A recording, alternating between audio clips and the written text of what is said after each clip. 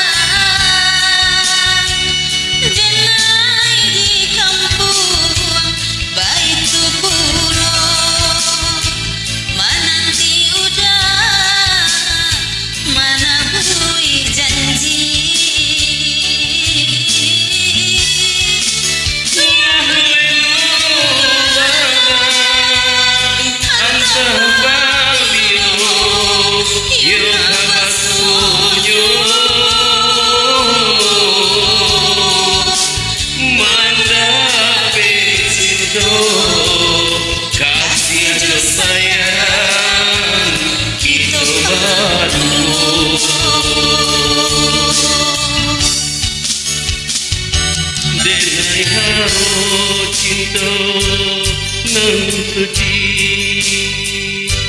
adia surang nan mematahkan karena diri rang diaso selain rasa punya cinta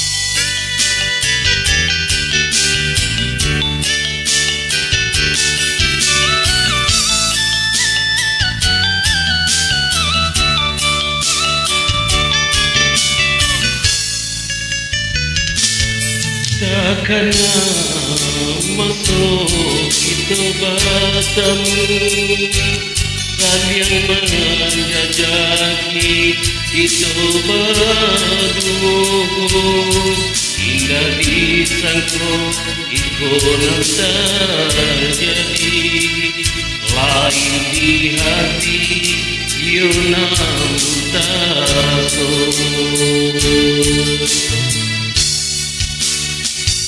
Yang jadi angan-angan malam tabah dalam rasian kata putu yang dinantikan bayangan diri bersampaikan.